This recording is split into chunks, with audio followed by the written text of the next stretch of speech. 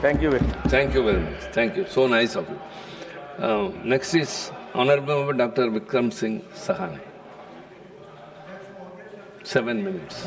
मैं महामहिम राष्ट्रपति जी का आभार प्रकट करना चाहूँगा कि उन्होंने अपने अभिभाषण के शुरुआत में ही श्री गुरु तेग बहादुर जी को श्रद्धांजलि अर्पित की, जिन्होंने हिंदुस्तान का धार्मिक और सामाजिक ताना बाना बचाने के लिए और मानव अधिकारों की रक्षा करने हेतु दुनिया का पहला बलिदान दिया।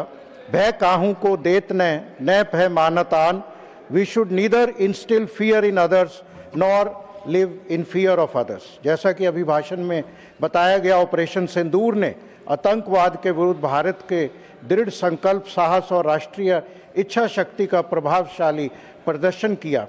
मैं स्वयं भी सौभाग्यशाली मानता हूं कि I was part of the India global outreach delegations. Honorable President have stressed the nation's journey toward Viksit Bharat with the noble goal of GDP growing above 7%. But Chairman sir, GDP is not only gross domestic product. I think it is for millions of common citizens, a rickshaw puller in Kolkata, a weaver in Varanasi, a techie in Bangalore, and a farmer in Vidarbha. GDP, I think, has different meaning. G stands for good governance, every rupee allocated reaching the last beneficiary, and D stands for an all-round economic development, not vertical development by making skyscrapers, but horizontal development that ensures that a tribal child in Jharkhand have the same privileges and opportunities as a child in south of Bombay. And P stands for prosperity, not for select few billionaires, but for every single citizen. So I feel we should adopt a new meaning of GDP.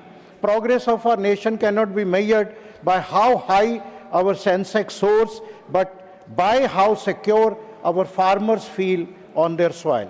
विकसित भारत तभी होगा जब हर किसान को उसकी फसल का सही दाम मिलेगा, हर युवा को रोजगार मिलेगा, हर बच्चे को अफोर्डेबल एजुकेशन, शिक्षा और हर माइक्रो इंटरप्राइज को प्रफुल्लित होने का एक वातावरण मिलेगा।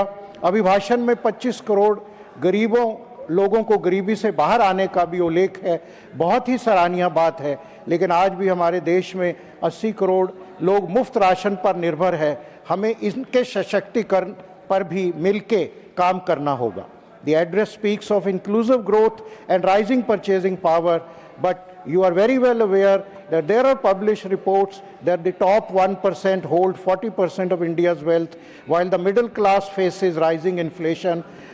मैं तो कल कहीं पढ़ रहा था चेयरमैन साहब, हिलेरियस मो में कि poor get subsidy, rich gets rebate, but the middle class is watching only TV and debate.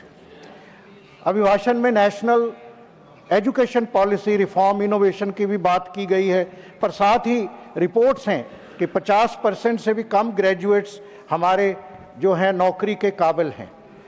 ये तो शुक्र है कि ई कॉमर्स प्लेटफॉर्म्स ने लाखों युवाओं को रोजगार दे रखा है, दीज ऑल डिलीवरी बॉयज।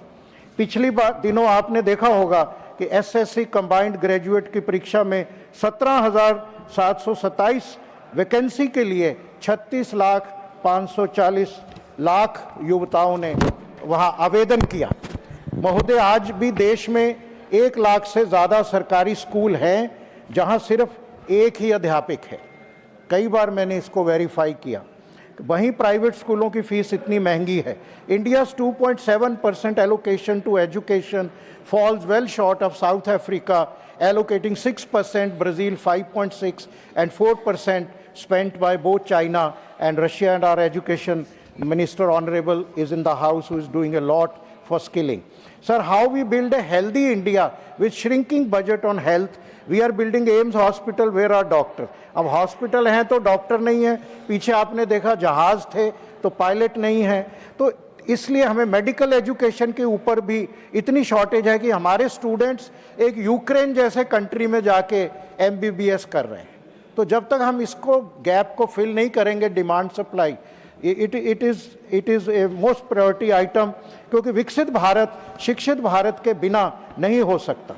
अगर हम अपनी एजुकेशन को खास करके higher education, doctors, AI professional और जॉब लिंक्ड स्किलिंग पर ध्यान नहीं देंगे तो कहीं ये डेमोग्राफिक डिविडेंड जो हम बार बार कहते हैं, ऐसा ना हो कि डेमोग्राफिक डिजास्टर बन जाए।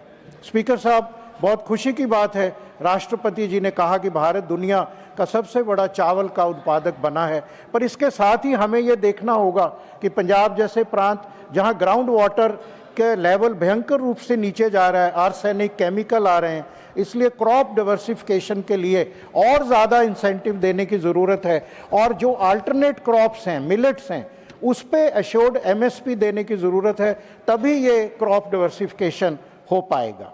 The address presents India as a global power and our growing influence. पर कहीं ना कहीं our neighborhood first policy needs to be revisited with proactive engagements in our neighborhood. India's historical non-aligned movement and punch shield should be fundamental to our external policy, while we should forge new alliances in the name of South-South cooperation. Speaking, sir, looking ahead at Amrit Kaal of 2047, 5 P's are very important. 5 P's. पहला है population. We are the most populous nation on the earth. अच्छी बात है, लेकिन where we have limited land, limited water, limited infrastructure. दूसरा P मैं बोलूँगा, population के बाद है pollution. भारत के 13 जो वर्ल्ड के मोस्ट पोल्यूटेड सिटीज़ हैं, 20 उसमें 13 भारत में है। दिल्ली का हाल आपको पता है, और दुख की बात है कि सदन को कुछ घंटे भी नहीं मिले कि हम ये पोल्यूशन का डिस्कस करें मिलके कि इसको सकारात्मक तरीके से कैसे हम सॉल्व करेंगे। Our rivers are foaming, air is toxic, mountains are crumbling under unregulated construction. This is an environmental emergency, and it is sad that this House could not have few hours to discuss. P for poverty, we celebrate 4th largest economy, but so many people have to be given free ration. Productivity, prices for the common man. Speaker sir, when we have commission for women, for minorities, सबके लिए है, why not we have commission for youth? For our farmers एक statutory body, एक constitutional body होना चाहिए जिसमें youth का, farmers के जो भी गवर्नमेंट पॉलिसीज हैं उनके ग्राउंड इम्पैक्ट का यूथ और फार्मर्स पे ध्यान हो। अंत में मैं कंक्लूड करूंगा कि सिर्फ नारों से ही नहीं, नीति से ये वतन आबाद होगा, कागजी महलों से नहीं, बुनियाद से नया भारत जिंदाबाद होगा। जिस दिन मिट जाएगा फासला दावों और हकीकत के दरमियान, बस उसी दिन इस देश का हर नागरिक सही माने में आजाद होगा, आजाद होगा। जय हिंद।